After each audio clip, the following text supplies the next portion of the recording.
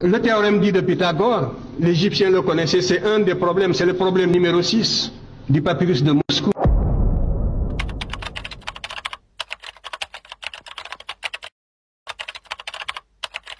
Et il est resté pendant 22 ans en Égypte.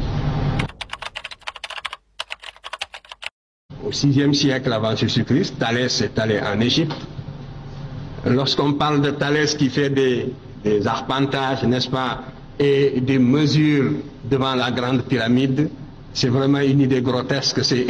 Il faut ignorer presque tout de la civilisation égyptienne pour pouvoir soutenir des légendes de ce genre. Mais ce qui est sûr, c'est que Thalès est allé en Égypte et qu'il s'est initié, n'est-ce pas, à la science égyptienne. Strabon relate que quand ils ont visité l'Égypte, on leur a montré les chambres où Platon et Eudoxe, le mathématicien, séjournaient quand ils sont venus se faire initier à la cosmogonie égyptienne d'Héliopolis. Pendant 13 ans, ils sont restés en Égypte pour se faire initier dans la cosmogonie héliopolitaine.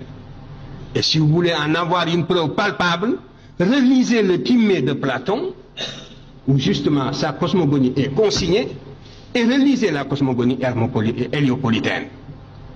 Vous ne pouvez pas comprendre les lacunes et les obscurités de Platon si vous ne relisez pas, si vous ne prenez pas côte à côte, n'est-ce pas, la cosmogonie héliopolitaine et le Timée de Platon. Mais alors toutes les obscurités s'éclairent d'une lumière singulière.